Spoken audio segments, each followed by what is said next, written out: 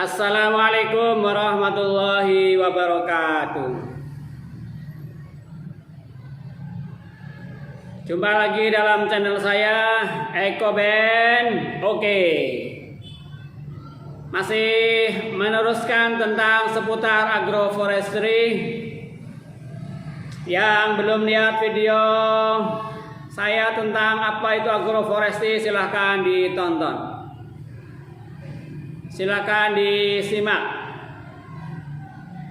Kali ini kita akan mengungkapkan kira-kira apa sih keuntungan agroforestry ini.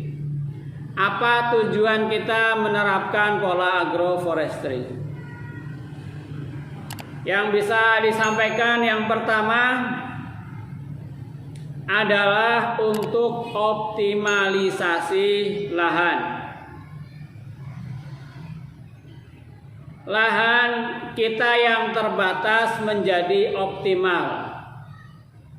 Kita bisa memanfaatkan lahan yang kita miliki dengan menanam berbagai jenis tanaman.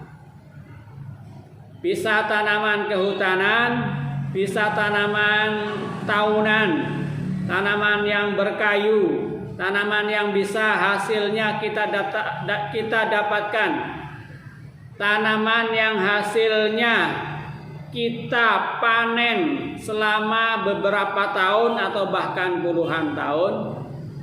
Kemudian bisa digabungkan dengan tanaman-tanaman semusim. Ada tanaman perkebunan yang bisa setiap tahun kita panen.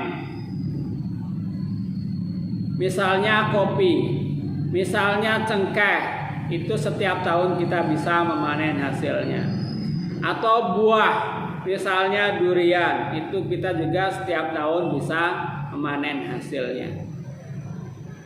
Atau tanaman semusim yang bulanan, semacam misalnya jagung. Itu dalam beberapa bulan, 3 bulan sudah bisa kita manfaatkan, kita panen hasilnya. Jadi lahan yang kita miliki walaupun terbatas, walaupun kita punyanya hanya lahan yang kecil, bisa kita optimalkan dengan menanam berbagai tanaman. Bahkan tidak hanya tanaman saja, bisa juga kita manfaatkan untuk menanam pakan ternak misalnya, atau beternak sekalian di lahan itu. Atau bisa kita gunakan selain ternak mamalia ya, mungkin ada kambing, ada sapi, bisa kita pakai juga untuk ternak lebah misalnya. Ini kan volumenya kecil ya, volumenya kecil dan tidak merusak lingkungan, justru mendukung ya, mendukung lingkungan yang kita punyai, lahan yang kita punyai. Itu yang pertama, jadi optimalisasi lahan. Kemudian yang kedua, kita bisa meningkatkan pendapatan kita,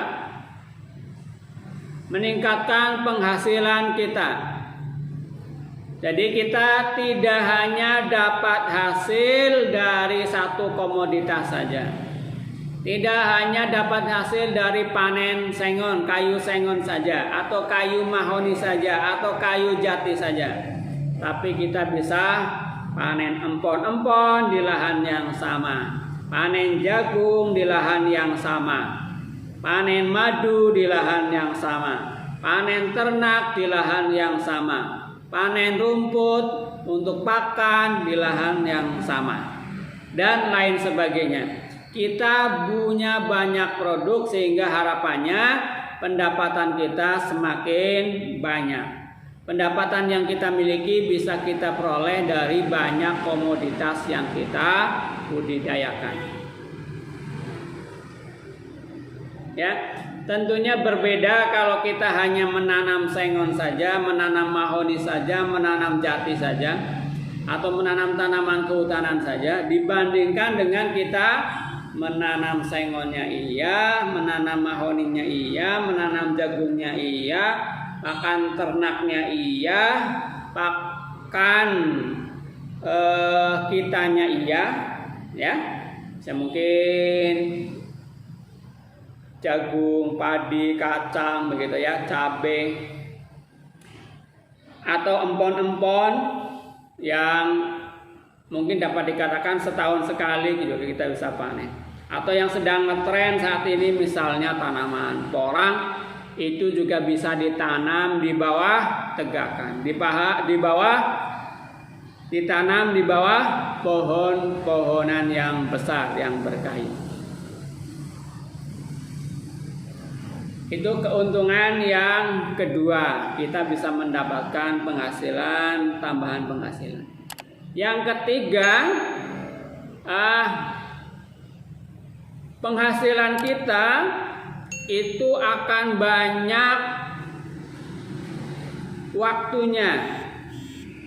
Kita akan memiliki peluang menghasilkan yang terus-menerus, atau penghasilannya itu berkesinambungan, sustainable, begitu ya. Bulan ini kita bisa panen jagung, minggu ini kita bisa panen rumput, bulan ini kita bisa panen madu, bulan ini kita bisa panen kopi, bulan ini kita bisa panen cengkeh, bulan depannya bisa panen empon-empon, bulan yang lainnya seterusnya. Tahun berikutnya kita bisa panen sengon, tahun berikutnya bisa panen mahoni, kita bisa panen aren. Jadi ada kesinambungan pendapatan, tidak menunggu terlalu lama, begitu ya. Kalau misalnya tanaman kehutanan saja, misalnya panennya sengon itu kan paling cepat 3 tahun baru bisa dipanen, ya. Jadi kalau ditambah dengan tanaman sebutin 3 bulanan, kita punya penghasilan 3 bulanan. Kalau pakan ternak, kalau lebah, kita punya penghasilan yang kontinu dalam periode tertentu, ya. Jadi punya penghasilan yang berkesinambungan. Yang ketiga. Yang keempat, berikutnya, agroforestry ini juga sangat baik dari sisi ekologi. Maksudnya gimana? Maksudnya antara tanaman yang satu dengan yang lainnya bisa saling mendukung, saling melengkapi, saling menguatkan.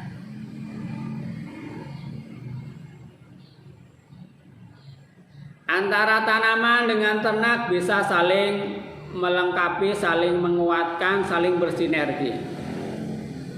Kotoran ternaknya bisa dibuat pupuk organik, kemudian diaplikasikan di lahan yang sama. Pakan ternaknya bisa dari lahan itu dijadikan pakan ternak. Jadi ada hubungan timbal balik, ya, secara ekologi, ya. Sehingga kadang ada yang menyebut dengan pertanian, perkebunan atau budidaya yang organik, ya, karena melibatkan situ saja makhluk hidup yang ada di situ, tanamannya, ternaknya, begitu ya, dari situ semuanya. Ya.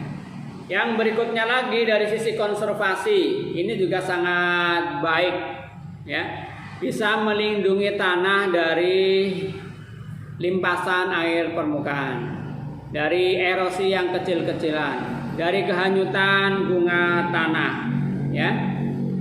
Yang biasanya tanahnya kosong, sekarang ada tanamannya, sehingga ketika hujan turun, yang terkena apa dulu? Tanamannya. Pertama pohon besar dulu, ya. Tajuknya kena tajuknya yang paling tinggi. Kemudian sudah berkurang daya hantamnya ke tanah, masuk lagi ke bawahnya, terkena pohon di bawahnya, mungkin ada cengkeh, bisa jadi ada kopi, tertahan lagi, ya, sehingga berkurang lagi kecepatannya. Belum lagi sampai bawah ada rumput gajah, ada rumput odot, ya, atau pakan ternak yang lainnya, atau ada empon-empon, ya, sehingga apa? Mengurangi lagi daya hantam dari air hujan itu ke tanah, sehingga ketika sudah sampai tanah jatuhnya dengan lemah lembut, gemulai, tidak merusak tanah. Ya, sehingga tanah itu mampu menyerap air hujan dengan baik. Hujan yang turun mampu diserap oleh tanah dengan baik, tidak menggelontor, tidak hilang begitu saja, tetapi masuk ke dalam tanah. Sungguh efisien, ya, dari sisi ekologi itu. Ya, dari sisi konservasi tanah dan air sangat baik. Teman-teman semua, itulah diantara keuntungan kita menerapkan pola agroforestry.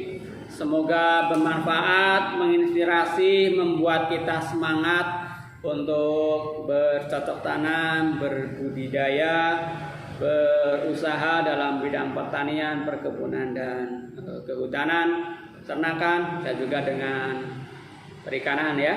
Jangan lupa tonton video saya sebelumnya tentang bentuk-bentuk agroforestry, bisa dilihat kombinasinya, bisa dengan ternak, bisa dengan ikan, bisa dengan lebah, bisa dengan tanaman semusim dan lain sebagainya. Silakan dilihat, ya. Baik, saya kira cukup menyebutkan beberapa keuntungan tentang agroforestry. Tentunya masih ada yang lainnya yang belum diungkapkan di sini. Nanti teman-teman bisa menambahkan di kolom komentar untuk menguatkan, menambahkan motivasi kita dalam berbudaya. Dan silahkan dibagikan kepada teman-teman yang lainnya agar turut merasakan manfaat apa yang kita pelajari kali ini. Jangan lupa like, subscribe, komen, share, bagikan, ya. Dan mohon maaf bila ada yang kurang pas dalam menjelaskan. Akhir kata, assalamualaikum warahmatullahi wabarakatuh.